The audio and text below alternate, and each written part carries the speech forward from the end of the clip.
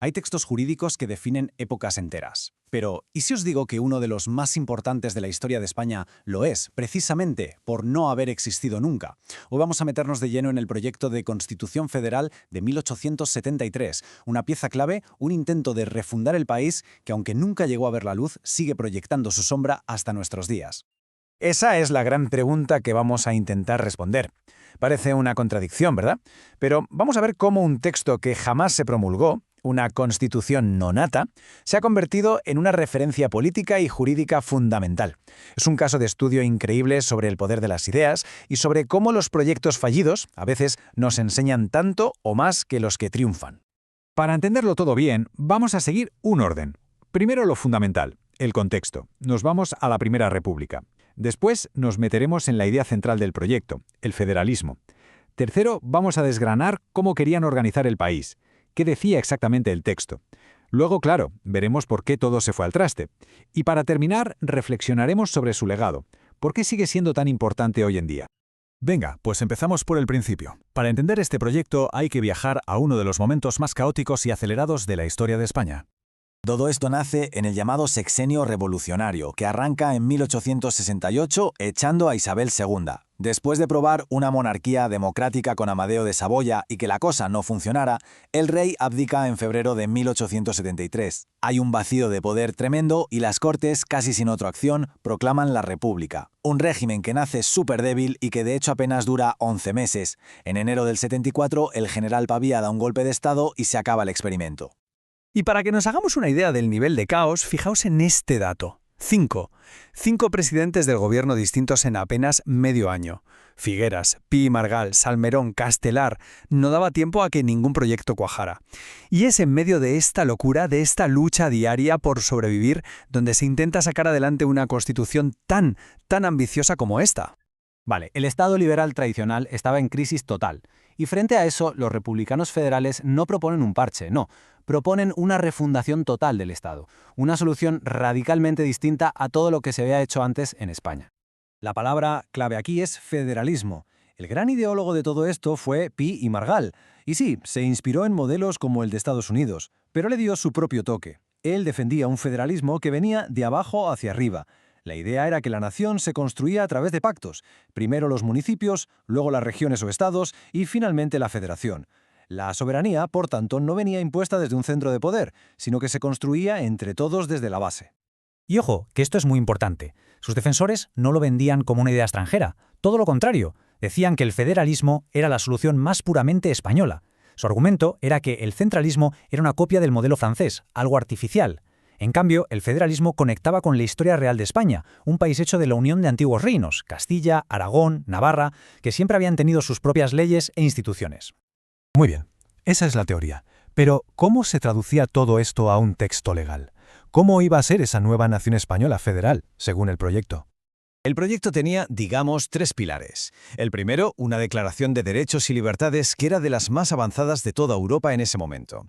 El segundo, que es el corazón del proyecto, la nueva organización federal del país. Y el tercero, una nueva forma de organizar los poderes del Estado, con un poder judicial mucho más fuerte para que actuara como árbitro del sistema.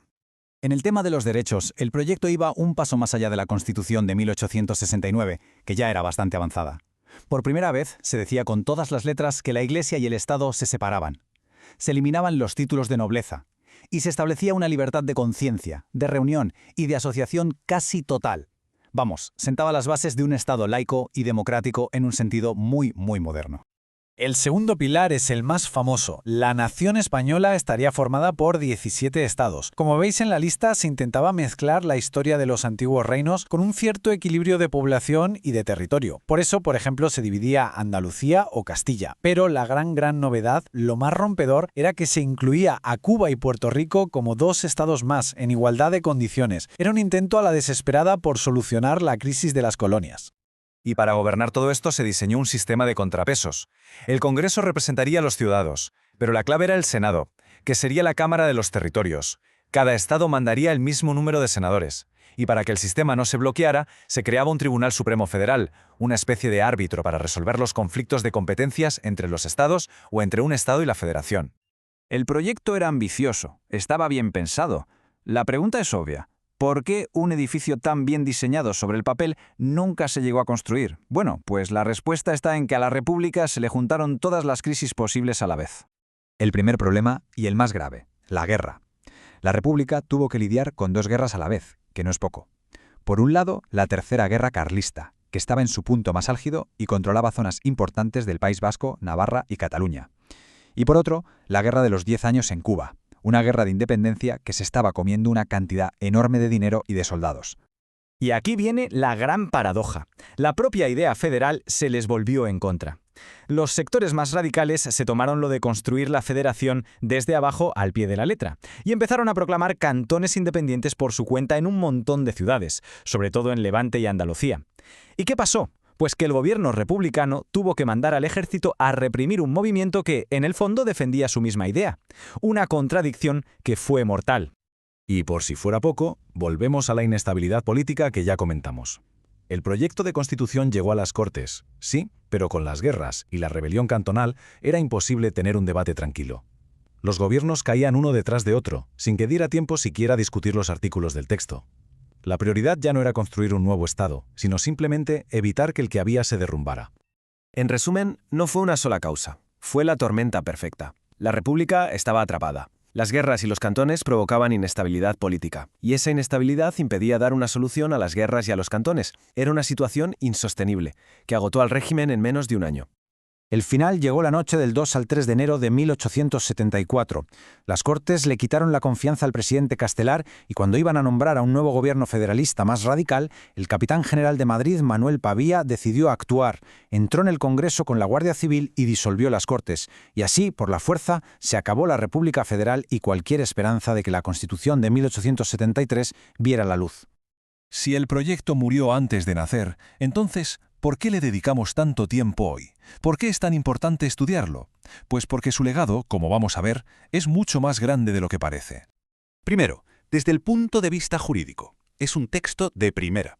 Aunque nunca estuvo en vigor, la originalidad de sus ideas, su democracia radical y sobre todo su propuesta de organización territorial lo convierten en un documento de referencia. Fue el punto de partida de una corriente de pensamiento federalista en España que nunca ha desaparecido del todo. Y este es, seguramente, su legado más claro y duradero. Fue el primer intento serio, articulado en un proyecto de constitución, de dar una solución al puzzle de la organización territorial de España. Abrió un melón, el del federalismo, que nunca más se ha cerrado. El debate entre centralismo, autonomismo o federalismo ha sido una constante desde entonces. De hecho, tanto la Segunda República con su Estado integral como la España actual de las autonomías son, en parte, herederas del debate que abrió este proyecto. Y al final todo nos lleva a esta gran pregunta, que sigue sin una respuesta única. ¿Fue el federalismo una idea demasiado avanzada para la España de la época? ¿Una utopía imposible? ¿O fue al revés, una oportunidad histórica, una buena solución que tuvo la mala suerte de nacer en el peor momento posible, rodeada de un caos que se habría llevado por delante cualquier sistema? El debate, más de 150 años después, sigue abierto.